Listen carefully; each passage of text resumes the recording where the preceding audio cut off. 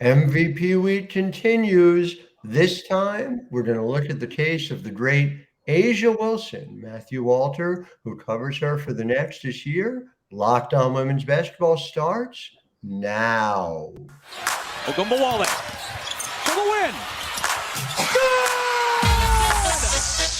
You are Locked On Women's Basketball, your daily podcast on women's basketball.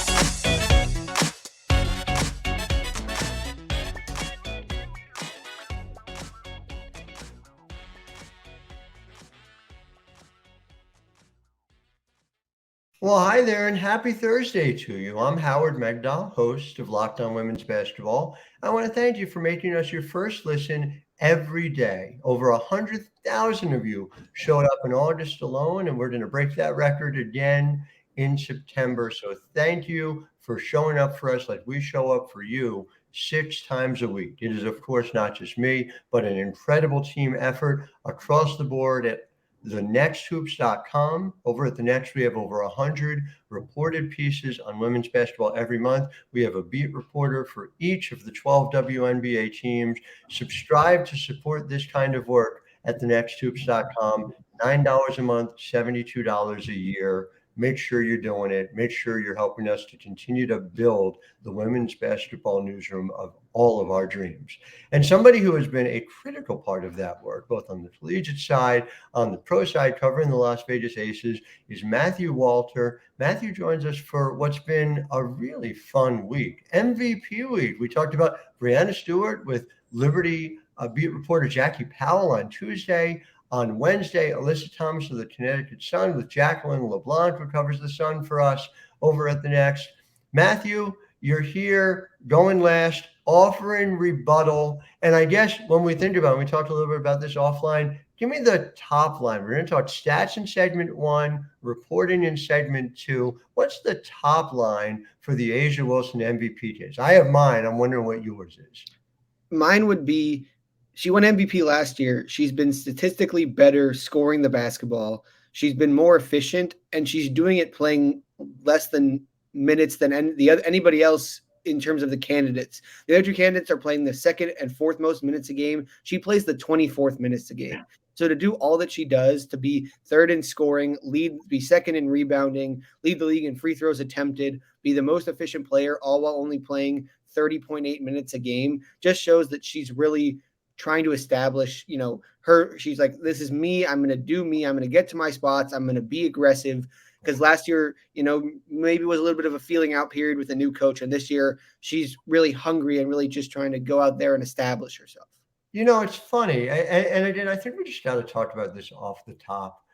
When you look at what Asia Wilson has already done within her career, so she turned 27 a month ago. And even that, for somebody who's covered her since she was back at South Carolina, is a hard thing for me to fathom that she's been around that long. But it's really not that long considering what she's done with a championship on her resume, with 2 MVPs on the resume, along with an NCAA title as well, a literal statue of her built at South Carolina, and rightly so. And so I use all that as context because it's worth noting that by most measurements, this is the best season of her career so far. Not only is it the longest season from a WNBA perspective, and yet we're seeing her efficiency continue. And again, her efficiency to me is the biggest thing. The fact that she's number 1 on a scouting report that, yes, has a lot of, let's say, 1A, 1B, 1C when it comes to the Las Vegas Aces, who have just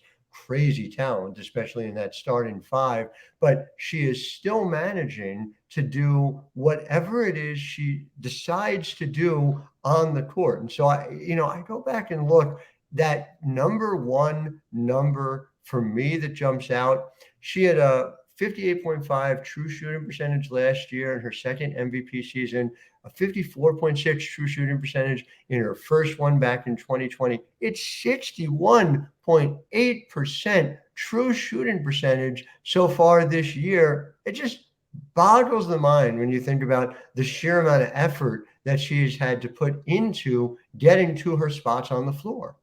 Yeah, and it's funny because I looked at sort of where she was getting her shots from, and we know she loves to catch the ball at the elbow, and she wants to go left, right? She's left, left, left, and she Right. loves that little pull-up jump shot, that one dribble, shoot it in the paint, not around the rim jumper. She's taken more of those this year than she did last year, and she's shooting an even higher percentage on those shots, and she's taken more shots in that space than anybody else. And she's almost doubled the number of makes in that spot than the next person in terms of total makes. And she's shooting, I think it's like 55% from that spot. And that is not an easy spot, right? You're taking a somewhat mid-range jumper in the paint, and she's just getting to that spot. Like she loves that point. She loves getting there, and she's doing it all the time, consistently, every single time she's getting to that spot and she's knocking that shot down. Something she said she worked on a lot in the offseason. And to take those, because those are not like super efficient shots, right? She's obviously getting to the basket because she's a super efficient player, but she doesn't take threes. So, like, when you talk about efficient offense, it's in the key and it's threes. She's sort of taking some mid-range jumpers. She's taking this little pull-up in the paint. It's not super efficient, but she's made it efficient. Shooting 55%, which is a career high. Her career high before this was last year at 50.1. So she's increased her shooting percentage, her career best, to 55%.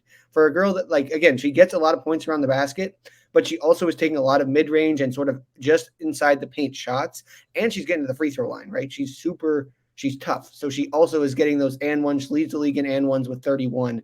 So Right. she's just finding her spots, and she's getting to them with authority. It's amazing, and it is getting better as the season has gone on. In other words, when you think about, and this is a different conversation altogether, but we both, I think, have concerns about the workload of the starters in Las Vegas. And you head down the stretch, and that's something that I'm keeping a very close eye on specifically. And then look at what has that meant functionally for her down the stretch. Well, look at the last 3 games. So against New York, I had the privilege of seeing that in person on August 28th. Against a team that had done a pretty good job earlier in the month in limiting her, she not only scored 23, she did it on 10 of 16 shooting. She was a factor at both ends, and we'll get into the defensive side of it a little bit later. She went and put up 26 on 14 shots against Washington, and then 30 on 12 of 21 shooting against Seattle. There's no indication of any kind of tiring. Now, Asia will tell you, I asked her about it, that she values her sleep, and sleeping is very critical to her staying healthy. I can just tell you that when I get good sleep, I'm not that efficient from the floor. So I think there's a little more to it. What do you think accounts for her ability to be able to find this next level offensively?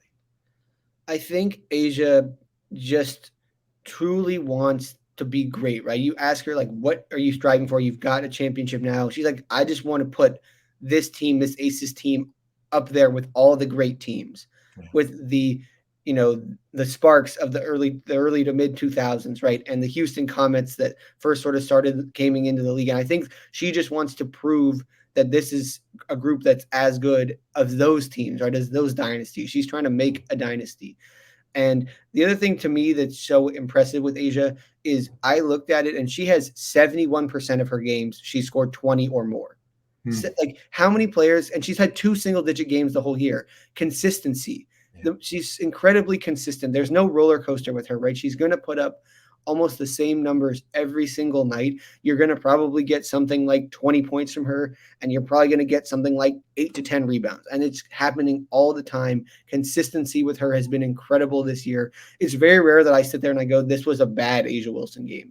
Right. It's very rare. And like sometimes you go, I don't feel like I saw her all that much, and she ends up with 20 and 7. And you go, because who she is. She just finds her way to get what she needs to get and do what she needs to do to help the Aces win. And that's all she cares about, right? And that's what a lot of these players on this team care about. But for her, as long as she does what she needs to do and the team gets the win, I don't think she would care if she had 15 and 5. She just is that kind of person, and that's the kind of group they have. She just happens to be someone who can find a way when she needs to get to the spots and get her points when she understands it's my time. And I think this year you've seen that a little bit more where she is starting to go, okay, I'm a star. I need to sometimes get touches. Like sometimes when things are going well, I need to touch the basketball so that we can get something good. It is historic what she is doing. And again, we have mostly been talking offense, but after the break in segment 2, we're going to get into the defensive side of the ball and the ways in which she continues to impact that as well. But first,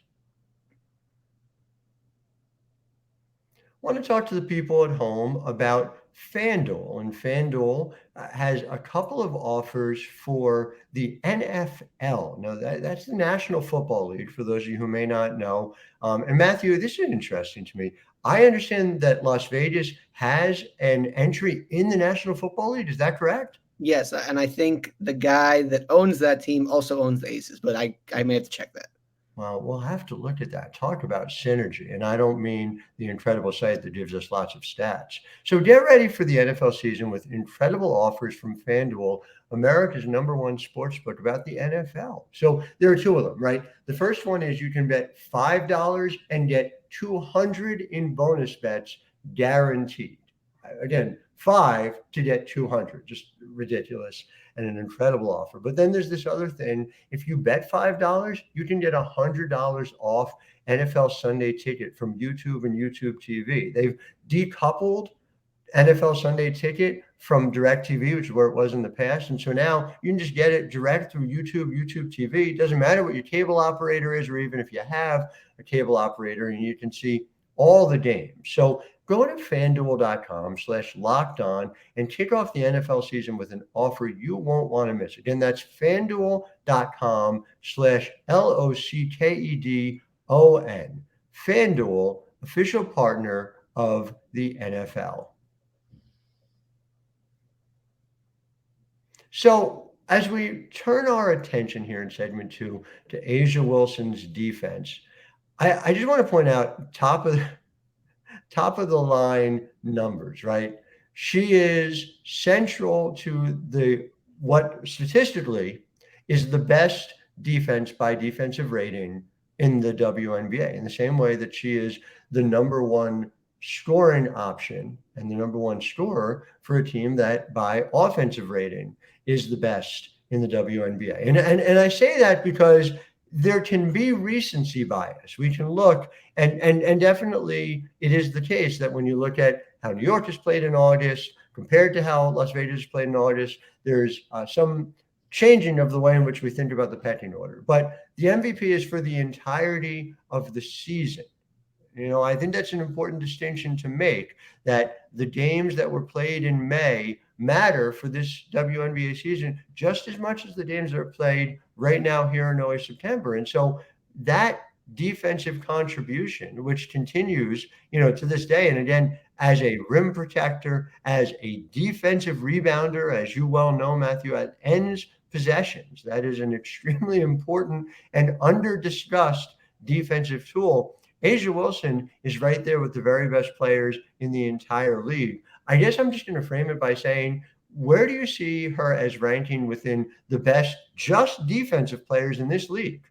Well, she won Defensive Player of the Year last year, so she's got to be in the top 3, 2, somewhere in that category. I mean, she, like you said, she leads the league in blocks.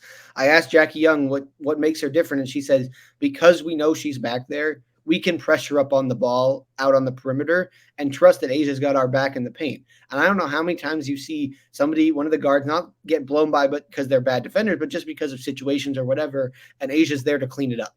And I think A'ja's had some pretty emphatic blocks this year. She's has a couple she's sent into the stands. And I truly think she has figured out how to be a great defender. I don't think she came into the WNBA as like this amazing, stopper. I think she has grown into that role. And she's talking about, right, if you had asked me when I was in college that I'd win Defensive Player of the Year, I'd said you were on something that is not legal, right? Like, it's just she just didn't believe it. And she's just grown to become this incredible defender. Like you said, leads the league in blocks, #2 in rebounds, which for this Aces team is super important, right? Because without Candace Parker, Kia Stokes sometimes comes out and Alicia Clark plays the floor and they're small. Mm-hmm. And so A'ja's got to go in there and battle, right? And other teams played 2 bigs, one big that's bigger than her, or just the way lineups go. She has to go in there and battle, and she does it all the time. And like I said, she's got a bunch of double-doubles this year, 22 if I'm not mistaken. She's doing a great job of just doing what she needs to do. But again, she has figured out how to guard And I think she's figured out how to guard 1 through 5, right? Because the Aces, they switch on defense a lot. They want to switch almost all their ball screen coverages. And Asia ends up guarding perimeter players and has done a very good job of just containing them, right? When you get switched on a perimeter player as a post, you don't have to stop them, but you just have to contain them enough to make them pass the ball and maybe get switched back onto a post. And she's gotten really good at using her length, using her athleticism to do that. And that has been, another thing that's taken her defense to just another level. There's value in that too. It's so hard. And listen, they may find me collapsed in a heap at my desk as I try and navigate the 3 MVP candidates and figuring out where we go and what order we put them in, because the truth of the matter is there's value numbers, but then there's stuff beyond the value numbers. And that's one of them. If you can play in such a way that Becky Hammon has the luxury of playing Alicia Clark at the 4, that gives you all these other knock-on opportunities at both sides of the ball, which is what AC is able to do without sacrificing rebounding, rim protecting in the process. And so I think there's a lot of different ways in which A'ja Wilson benefits this team. I do think it's also worth noting, and it's very hard to quantify this, but it is unbelievably important. This is a person who has figured out how to lead her team. We saw her do it last year. We're seeing her do it this year. And I'm curious what you hear, from her teammates as well, about the ways in which she is a voice for a team that, again, we have to point out, won the championship last year, as of right now, is the number 1 seed and certainly is among the favorites, if not the favorite, to repeat something that hasn't even been done in this league for 20 years. Yeah, and I think it starts with A'ja, right? I asked her, I said, what's been the biggest difference for you this year than last year? And she goes, this year I'm trying to establish myself in this league. And I go, okay, well, what does that mean? And she goes, I want to be the top of everybody's scouting report. I want to be the person that everybody has to fear. Because last year I was just trying to figure it out. We had a new coach and was learning the system and was just sort of going with the flow. And this year I have been aggressive. This year I am trying to get to my spots. This year I am trying to become one. Like I'm trying to be the person, right? I'm trying to become somebody everybody wants to have to guard, everybody has to fear. Not that she wasn't already, but she's trying to put that to another level this year. And like we see it again, she's being more aggressive on offense. She's been more efficient. And that's another thing too. I asked her, I said, you go to every press conference, first thing you look at a lot of the time is how well did I shoot as A'ja Wilson? And she said, because I have a responsibility, right? I have a responsibility to my team to not only take shots, but to be efficient with my shots, right? We have a lot of mouths to feed. And so sometimes, not everybody's going to have big nights, but when I take shots, I have to responsibility to my team to make those shots. Right. And that's something that she's really harped on, is just being efficient and being aggressive. And she doesn't even like taking that many shots, right? Like when she takes over 20 shots, she's like, I don't want to take, I don't need to do that. And so when she does it, she's like, I have to score points. I have to make shots when I take a lot more shots. And one of the things that I heard from Becky Hammon, which I thought was really interesting, was her quote was, Asia's the easiest superstar. Like you will not find a superstar that is like, she's perfect is what what Becky said about her. And it makes sense, right? She, like I said, she doesn't, she's super team oriented. She wants everybody to succeed. She cares just about winning. She signed a contract extension in the middle of the season where she took less money than she could have at a max because she just likes it where she is. She doesn't really want to have to, make a change. She's very comfortable in the situation she's in. She likes the playing in Las Vegas, and I don't think that's going to change. So I think for her, she makes it very easy on the organization. She makes it very easy on her teammates, and she's just someone that everybody likes to be around. It's one of my favorite facts about A'ja Wilson statistically as well is that she is 21st in WNBA history in block shots already, having just turned 27. But again, I think those two things are related. Like you talk about, she's doing what is necessary for her team. If she needs to rim protect more, she does it. To your point about being willing to take more shots when she needs to, she's not only taking more shots and a little bit more shots this year, but a disproportionate number of them are coming from 3 to 10 feet. She's taken 47.2% of her attempts from the field from 3 to 10 feet. Why is that significant? She's doing a lot of the work that Candace Parker would have done had Candace Parker not been injured. And so for A'ja, it was very much an offseason of figuring out where do we work together, and then having to adjust once again. And she just seems to, it's not seamless, and there's so much work that goes into it, but it feels seamless. So I want to get back to A'ja in her own words from you right after this.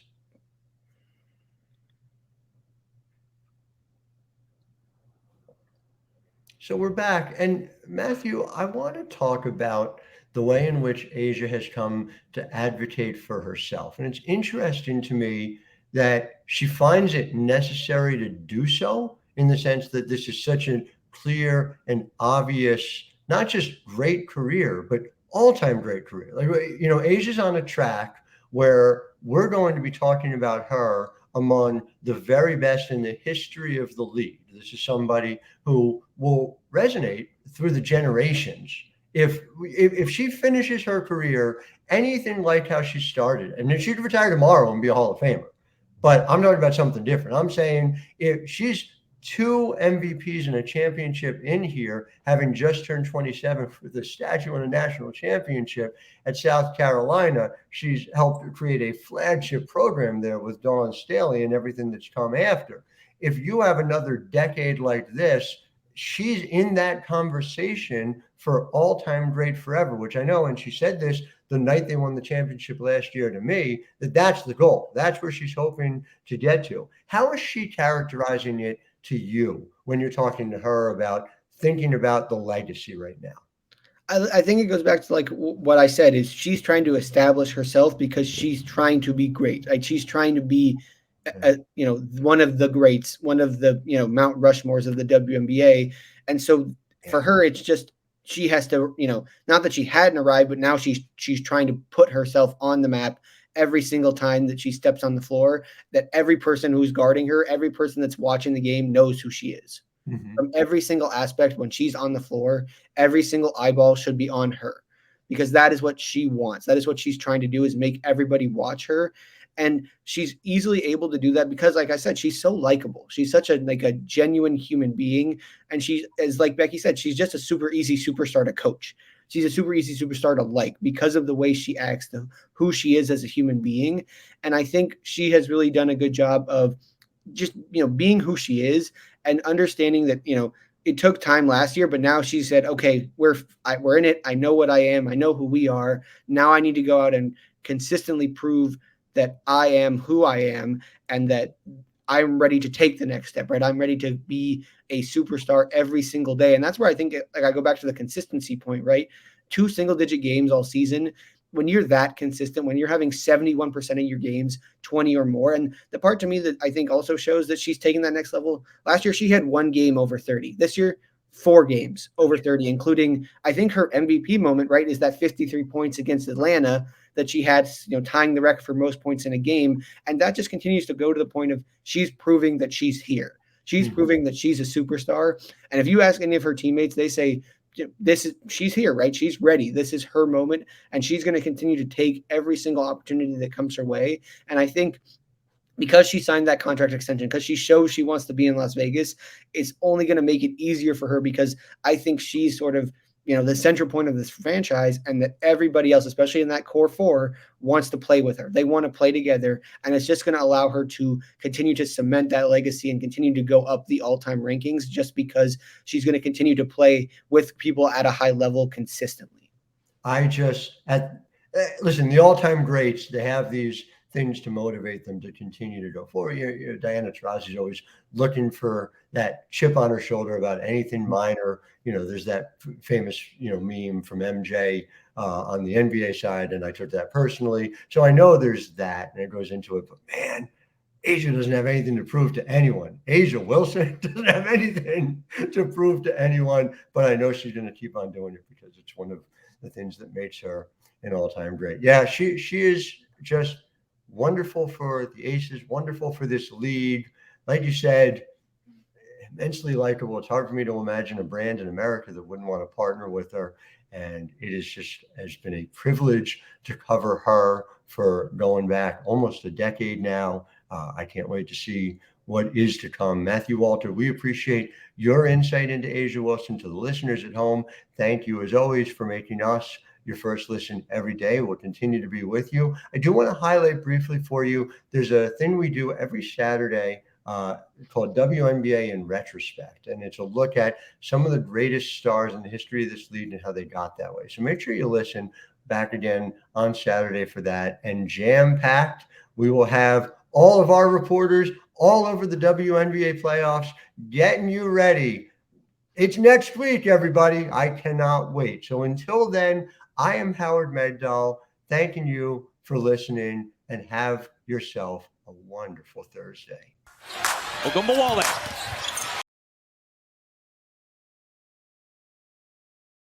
You are Locked On Women's Basketball, your daily podcast on women's basketball.